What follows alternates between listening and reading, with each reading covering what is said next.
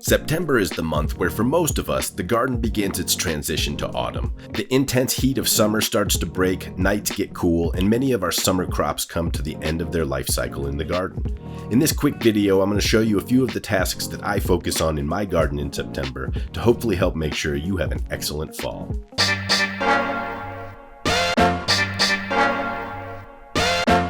Like many other months in the garden, I start September with cleanup. By this late in the season, you probably see a lot of dead or dying leaves on your tomatoes, cucumbers, and melons. You might see powdery mildew or other common disease pressures on your plants, so it's time to take action. Every time I come out, I stop by a few plants and just pull off these dead, damaged, or diseased pieces. You can use pruners if you prefer, but in many cases, these damaged parts of the plant are simple to just pull off by hand. Not only does this help make your garden look great, it also helps slow the spread of any disease or fungal issues, which is always a good thing. After all, many of these tomatoes are still putting on new flowers. Keeping them cleaned up will help make sure I get one last round of fruit before my season is over. The second thing I focus on in September is prepping my beds for fall crops. Many of my peppers this year had sustained such bad hail damage they couldn't recover.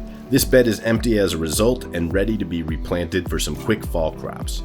But before I replant here, I want to take some time to add a layer of compost to the top and start replenishing all of those nutrients and organic matter and microbes that feed the soil food web. I make my own compost from food scraps, plant matter, grass clippings, paper, and really anything else that will break down, but you can also buy compost locally from a big box store or a landscape company or nursery. I like to add a layer that's 1 to 3 inches thick, a few days to maybe a week before I plant out my fall crops, which of course leads me right into activity number 3 in September, planting. So in September, very early September, I'm planting fall crops.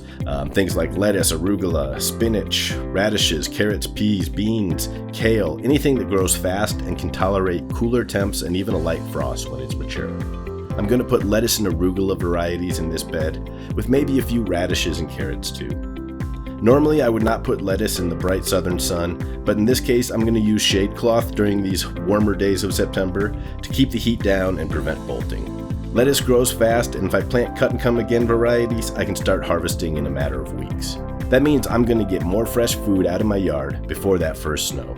And lastly, there's one more thing that I'm always doing in September, of course, and that's harvesting. Tomatoes, peppers, cucumbers, squash, melons, and more. I love this time of year as I fill my harvest basket and get ready to enjoy a ton of fresh foods, begin my preservation processes like pickling, dehydrating, freezing, and of course making hot sauce.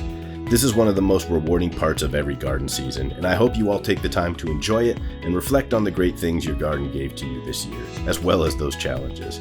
Here in Colorado, I have maybe 4 to 8 weeks of garden time remaining, depending on how early nature wants to bring us a frost, and so I look forward to making the most of every day, learning new ways to appreciate nature's magic along the way, after all, because plants help us grow.